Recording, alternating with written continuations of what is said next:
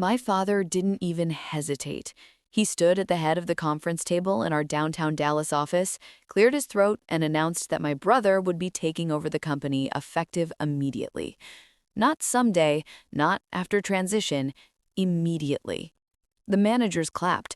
My uncle smiled proudly. My brother leaned back in his chair like he'd just won something he earned, and I sat there holding the original incorporation papers. Because what no one in that room seemed to remember, or maybe hoped I wouldn't, was that I owned 51% of the company. Not symbolically, legally. 51%. I helped build that business from the ground up. When my dad's construction firm almost collapsed during the 2008 housing crash, I was the one who restructured the debt. I negotiated with lenders. I cut vendor costs. I worked 70-hour weeks while finishing my MBA at night. My brother? He showed up to shadow dad twice a week and posted motivational quotes about entrepreneurship. But he was the son, and I was the daughter. And in my father's world, that difference mattered. Family legacy matters, my dad said that morning, like he was delivering a TED Talk. And it's time for your brother to step into leadership. Leadership. My brother smirked at me, actually smirked. Don't worry, he said casually. You can still handle operations. You're good at that. Operations. As if I wasn't the majority shareholder. As if I wasn't the one payroll never bounced. As if I wasn't the one who personally guaranteed a 7-figure loan when the company needed capital. The humiliation wasn't just private, it was strategic. My father had already told the senior staff that ownership was being simplified. He had already briefed our accountant. He had already introduced my brother to key clients as the future of the company. They weren't just ignoring my ownership, they were erasing it. When the meeting ended, people avoided eye contact with me.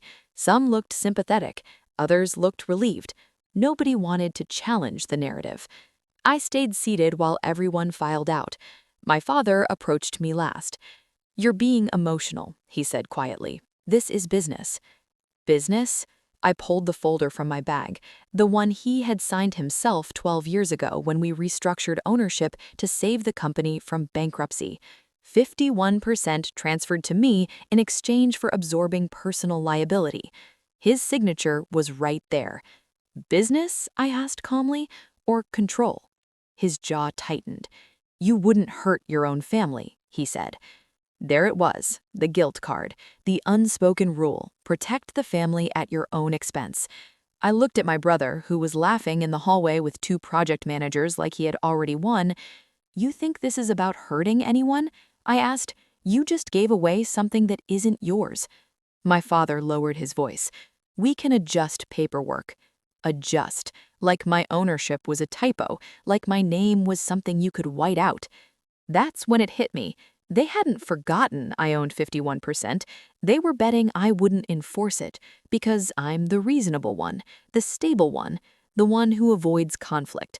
They thought public humiliation would pressure me into stepping aside. So I stood up, walked into the hallway. "Everyone back in the conference room," I said. My voice didn't shake. It didn't need to. They slowly returned to their seats. My brother rolled his eyes. "What now?" he muttered. I placed the incorporation documents in the center of the table.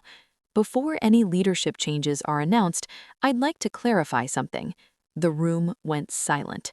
"I own 51% of this company." My brother laughed.